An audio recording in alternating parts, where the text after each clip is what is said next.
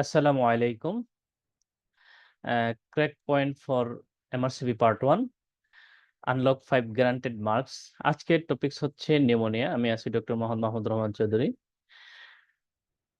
এমআরসিবি part 1 FCPS part 1 MD resident pulmonology, Bangladesh medical university. আসলে MRCP part 1 পরীক্ষায় কিছু topics আছে যেগুলো খুবই গুরুত্বপূর্ণ, যেখান থেকে সবসময়ই পরীক্ষায় প্রশ্ন আসে। এজন্য আমরা এই সেশনটার নাম দিয়েছি crack point for MRCP part 1 unlock 5 granted marks. অর্থাৎ আজকের সেশনটা যদি আপনারা ভালো করে করেন এবং পরীক্ষার হলে যদি ডেলিভারি দিতে পারেন, তাহলে নিশ্চিতভাবে আপনি 5 মার্কস কমন পাবেন ইনশাআল্লাহ। তো আজকে শুরু করি আমরা আমাদের আজকের সেশন। তো নিউমোনিয়া আসলে কি? এটা একটা ইনফ্লামেটরি কন্ডিশন, যেটা হচ্ছে টেস্ট এর মাধ্যমে রেডিওলজিক্যাল এভিডেন্স পাওয়া যায় এবং এটা mainly alveoli of the lungs K effect করে। তো নিউমোনিয়া ব্যাকটেরিয়া, ভাইরাস, ফাঙ্গাস যে কোনো কারণে হইতে পারে বা ইডিওপ্যাথিক কারণেও হইতে পারে। তো মোস্ট কমন কথা হচ্ছে ব্যাকটেরিয়াল নিউমোনিয়া। আর নন ইনফেক্টিভ কজের মধ্যে হচ্ছে idiopathic interstitial pneumonia, cryptogenic organizing pneumonia, যেখানে ব্রঙ্কিওলাইটিস হয় রিউমেটয়েড আর্থ্রাইটিস অথবা অ্যামিডন থেরাপির কারণে। তো আমরা যেটা দুই ধরনের নিউমোনিয়া জানি, একটা হচ্ছে কমিউনিটি অ্যাকোয়ার্ড নিউমোনিয়া আর একটা হচ্ছে হসপিটাল অ্যাকোয়ার্ড নিউমোনিয়া। তো হসপিটাল অ্যাকোয়ার্ড নিউমোনিয়া যদি হসপিটালে অ্যাডমিশনের 48 ঘন্টা বা তারপরে যদি হয়, আর নিউমোনিয়া সাইন সিমটম এগুলো আমরা সবাই কম বেশি জানি। অস্কালটেশনে ব্রঙ্কিয়াল ব্রিথিং পাওয়া যায়, ইনভেসি chest X ray, CBC, urea electrolyte, এগুলো হচ্ছে কমন ইনফরমেশন, আমরা সবাই জানি। তো আমাদের নিউমোনিয়ার প্রথম যে টপিকসটা লাগবে, খুবই ইম্পর্টেন্ট, ইনফিনিটিভ স্টার, সেটা হচ্ছে রিস্ক স্ট্র্যাটিফিকেশন। রিস্ক স্ট্র্যাটিফিকেশন হচ্ছে প্রাইমারি কেয়ার সেটিং এবং সেকেন্ডারি কেয়ার সেটিং। তো প্রাইমারি কেয়ার সেটিং এ ইউরিয়া তো আসলে হয় না, অ্যাভেলেবল না, সেই কারণে সিআরবি 65। আর সেকেন্ডারি কেয়ার সেটিং অথবা হসপিটালে বা অ্যাডমিশনে ইমার্জেন্সিতে সেটা হচ্ছে কার্ব 65। তো এখানে আমাদের এটা একদম মুখস্থ করে রাখতে হবে।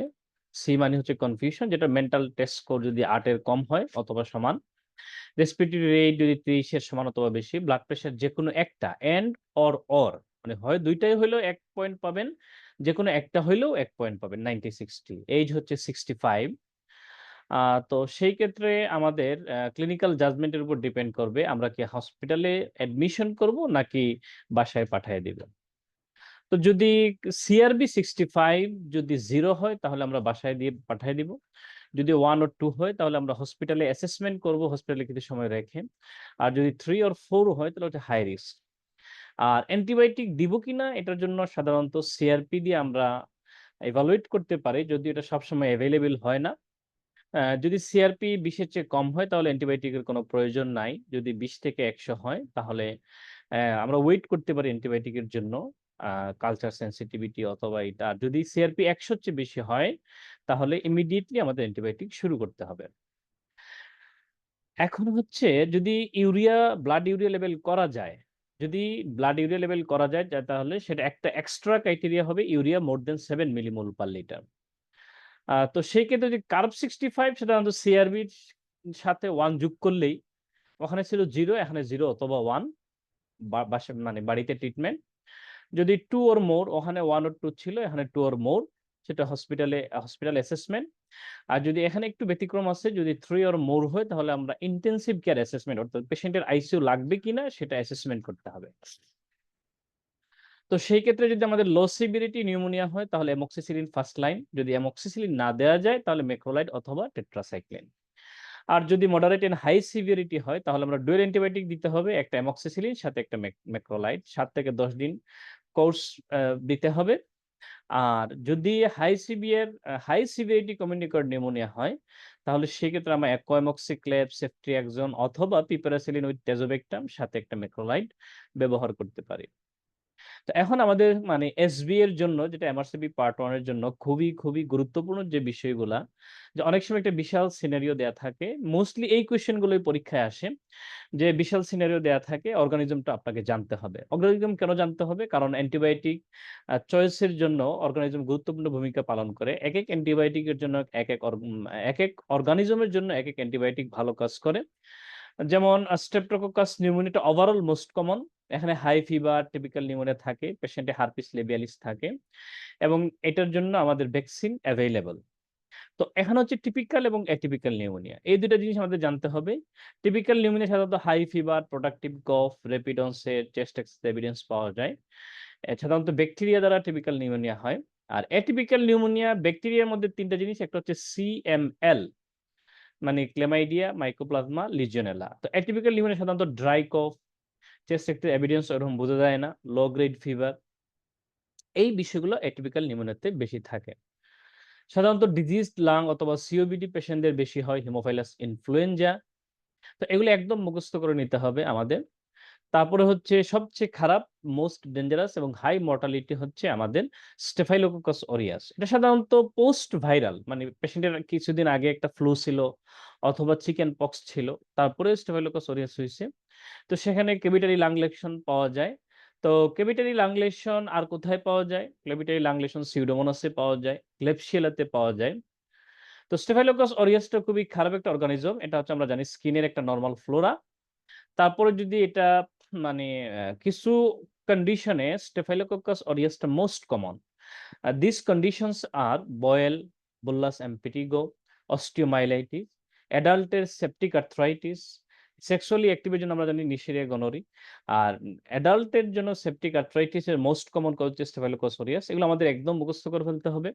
ইনফেক্টিভ এন্ডোকার্ডাইটিস যদি নেটিভ ভালভ হয় তাহলে স্টেফাইলোকোকাস অরিয়াস, যদি প্রস্থেটিক ভালভ হয় তাহলে স্টেফাইলোকোকাস এপিডার্মিডিস। তাহলে এই কন্ডিশন গুলোতে স্টেফাইলোকোকাস অরিয়াস মোস্ট কমন, এটা আমাদের জানা লাগবেই। এরকম একটা কোয়েশ্চেন আপনি পরীক্ষার হলে পাবেনই। তারপরে হচ্ছে মাইকোপ্লাজমা নিউমোনিয়া। আমরা একটু আগেই বলছি এটা একটা অ্যাটিপিক্যাল নিউমোনিয়া করে। এটা ড্রাই কফ এবং সাধারণত চেস্ট এক্স-রে ফাইন্ডিং বা চেস্ট সাইন গুলো নাও পাওয়া যেতে পারে। তো সেই ক্ষেত্রে mycoplasma, my age is young এবং CO দিয়ে হচ্ছে কোল্ড, মাইকো দিয়ে মনে রাখতে পারেন। মাই মানে হচ্ছে মাই এইজ ইজ ইয়ং, ইয়ং এইজে হয়। কোল্ড অ্যান্টিবডি পাওয়া যায় যেই কারণে অ্যানিমিয়া পাওয়া যায়। তাহলে একটা কোয়েশ্চনের যে সিনারিওতে যদি আমরা দেখি হিমোগ্লোবিন কম, একটা ইয়ং এজের পেশেন্ট, হিমোগ্লোবিন কম, তাহলে ডায়াগনোসিসটা হচ্ছে মাইকোপ্লাজমা। সাথে পেশেন্টের ড্রাই কফ আছে। সাধারণত পেশেন্টের রেশ আছে, হোয়াইট স্প্রেড, ইরাইথেমা মাল্টিফর্মি আছে। তাহলে সেই ক্ষেত্রে ডায়াগনোসিসটা অবশ্যই হবে মাইকোপ্লাজমা নিউমোনিয়া। তারপরে লিজেন্ডসদের হয়, দ্যাট মিনস যারা এয়ার কন্ডিশনিং এ থাকে, infected air condition hotel, restaurant, এটাও অ্যাটিপিক্যাল নিউমোনিয়া করে। এখানে সাধারণত হাইপোনেট্রেমিয়া এবং লিম্ফোপেনিয়া পাওয়া যায়। ইউরিনারি অ্যান্টিজেন পজিটিভ থাকে। তারপর হচ্ছে অ্যালকোহলিক এবং ডায়াবেটিক পেশেন্টদের বেশি হয় ক্লেবশিয়েলা নিউমোনি। এই ক্লেবশিয়েলা নিউমোনিতে স্টেফাইলোকোকাস অরিয়াসের মতোই ক্যাভিটারি লাং লেশন পাওয়া যায়। তারপরে যেটা এইচআইভি পেশেন্টদের মোস্ট কমনলি হয় নিউমোসিস্টিস জিরুবিশি। এখানেও এটা যেটা ফাঙ্গাল ইনফেকশন, এটা অ্যাটিপিক্যাল নিউমোনিয়া করে, ড্রাই কফ করে, এক্সারসাইজ ইনডিউসড ডিস্যাচুরেশন হইতে পারে। এখানে যেহেতু এটা একটা অ্যাটিপিক্যাল নিউমোনিয়া করে, সাধারণত চেস্ট সাইন গুলো পাওয়া যায় না। তাইলে একটা নিউমোনিয়া পেশেন্টকে আমরা কখন ট্রিটমেন্ট দিয়ে দিলাম, কখন ডিসচার্জ করব? একটা নিউমোনিয়া পেশেন্টকে in the past 24 hour যদি এই নিচের যে ক্রাইটেরিয়া গুলো যেকোনো ২ টা থাকতে হবে। ২ টা বা তার বেশি থাকতে হবে। তাহলে যদি থাকে তাহলে আমরা পেশেন্টকে ডিসচার্জ করব না। তাহলে এই যেকোনো ২ টা বা তার চেয়ে বেশি যদি থাকে তাহলে আমরা ডিসচার্জ করব না। ডিসচার্জ না করার ক্রাইটেরিয়া। আর ২ টা যদি কম থাকে উম তাহলে আমরা পেশেন্টকে ডিসচার্জ দিয়ে দিব। তার মানে এই গ্রসলি এই বিষয়গুলো যদি অ্যাবসেন্ট থাকে পেশেন্টের তাহলে আমরা পেশেন্টকে ডিসচার্জ দিতে পারি। যেমন টেম্পারেচার হাইয়ার দ্যান 37.5 ডিগ্রি আমরা ডিসচার্জ করব না। রেসপিরেটরি রেট 24 এর বেশি হইলে, হার্ট রেট ১০০ এর বেশি হইলে, সিস্টোলিক ব্লাড প্রেশার 90 এর চেয়ে কম হইলে, অক্সিজেন স্যাচুরেশন 90% এর চেয়ে কম হইলে, abnormal mental status, inability to eat, যদি সে নিজে, নিজে যদি খাওয়া-দাওয়া করতে না পারে, তাহলে এই পেশেন্টদেরকে আমরা ডিসচার্জ করব না। তাহলে একটা নিউমোনিয়ার ন্যাচারাল প্রোগ্রেশনটা কি? ১ সপ্তাহের মধ্যে ফিভারটা রিজলভ হয়ে যেতে হবে। ৪ সপ্তাহ, তাহলে স্পুটাম প্রোডাকশন এবং চেস্ট পেইন কমতে ৪ সপ্তাহ সময় লাগতে পারে। তাহলে একটা পেশেন্টকে আপনি অ্যান্টিবায়োটিক দিছেন, পেশেন্ট বলতেছে যে আমার কাশি তো কমে নাই। তাহলে যদি জ্বর কমে যায় তাহলে পেশেন্টকে বলতে হবে এই কাশি কমতে স্পুটাম প্রোডাকশনটা কমতে ৪ সপ্তাহ এবং কফ এবং শ্বাসকষ্ট কমতে ৬ সপ্তাহ সময় লাগতে পারে। এবং পেশেন্টের ফ্যাটিগ কিংবা দুর্বলতা কমতে ৩ মাস সময় লাগতে পারে এবং ৬ মাসের মধ্যেই সকল মেক্সিমাম পেশেন্ট ভালো হয়ে যায়। তাহলে একটা নিউমোনিয়া পেশেন্টের রিপিট টেস্ট এক্স আমরা কখন করতে পারি? সেটা হচ্ছে ৬ সপ্তাহ পরে। ৬ সপ্তাহ পরে আমরা একটা পেশেন্টের রিপিট টেস্ট এক্স-রে করতে পারি ফর প্রোগ্রেশন বা রিজোলিউশন দেখার জন্য। তো এই হচ্ছে আজকের আমাদের মোটামুটি নিউমোনিয়া সম্পর্কে একটা গ্রস ওভারভিউ আমি দেয়ার চেষ্টা করলাম। এই ইনফরমেশন যেগুলা দিলাম, সেই ইনফরমেশন গুলো যদি আপনারা ভালো করে আয়ত্ত করতে পারেন, তাহলে আশা করি একটা কোয়েশ্চেন আপনি পরীক্ষার হলে আনসার করতে পারেন। তো আপনারা যদি জেনেসিস এর সাথে যদি রেগুলার থাকতে চান বা জেনেসিস যদি অ্যাটাচ থাকতে চান, আমাদের জেনেসিসের কিছু রেগুলার ব্যাচ আছে যেটা সেপ্টেম্বর ডায়েটের জন্য এই মাত্র শুরু হয়েছে। এক্সাম এবং রিকল ব্যাচ বা এক্সাম ব্যাচ আমাদের মাত্র শুরু হয়েছে। ২১ তারিখ থেকে প্রিভিয়াস ডায়েট গুলো এক্সটেনসিভ এনালাইসিস এর জন্য আমাদের রিকল ব্যাচ শুরু হবে ২১ তারিখ। এবং যারা একটু লং টার্ম সময় ধরে পড়াশোনা করতে পারবেন অথবা কোন ডায়েটে পরীক্ষা দেবেন এখনো ফিক্স করেন নাই। কিন্তু আপনি সিদ্ধান্ত নিয়ে নিছেন আপনি এমআরসিপি পরীক্ষা দিবেন। তাহলে আপনারা জানুয়ারি ডায়েটে যে লং ব্যাচ সেটাতে অ্যাডমিট হইতে পারেন। আর যে ডায়েটেই পরীক্ষা দেন না কেন আপনাদের রিকল সেশনটা খুবই জরুরি প্রিভিয়াস ডায়েট অ্যানালাইসিস। তো সেই আমাদের ২১ মে থেকে শুরু হবে।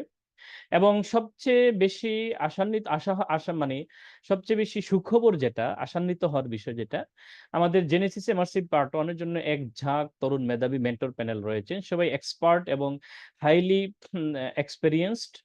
আর আমাদের যেটা রেগুলার ব্যাচ যেটা বললাম রিসেন্টলি শুরু হয়েছে। এখানে টোটাল ৩১ টা লেকচার থাকবে। আমাদের এক্সাম ব্যাচ, রিকল ব্যাচ অথবা আপনি এক্সাম প্লাস রিকল ব্যাচ ২ টাতে মিলায়ে ভর্তি হইতে পারেন। এক্সাম ব্যাচে ১৩ টা সাবজেক্ট ফাইনাল থাকবে। রিকল ব্যাচে ১৩ টা প্রিভিয়াস ডায়েট এনালাইসিস থাকবে। যদি ২ ব্যাচেই আপনি ভর্তি হন তাহলে আপনাদের জন্য একটা স্পেশাল ডিসকাউন্ট আছে। এবং আমরা যারাই সবার জন্যই যারা যেকোনো ব্যাচেই থাকেন না কেন, যেকোনো সময় পরীক্ষা দেন না কেন, previous years analysis, past paper analysis is a must.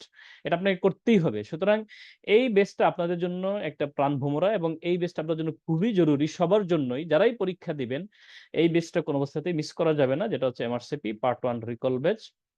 এবং যারা সামনে পরীক্ষা দিবেন একটু এই ডায়েটে দিচ্ছেন না কিন্তু পরবর্তী যেকোনো ডায়েটে পরীক্ষা দিবেন তাদের জন্য রয়েছে আমাদের পার্ট 1 লং ব্যাচ। একটু সময় নিয়ে প্রতি সপ্তাহে একটি ক্লাস হবে। একটু সময় নিয়ে আমাদের ক্লাসগুলো হবে। তো সবাই ভালো থাকেন, সুস্থ থাকেন। আসসালামু আলাইকুম।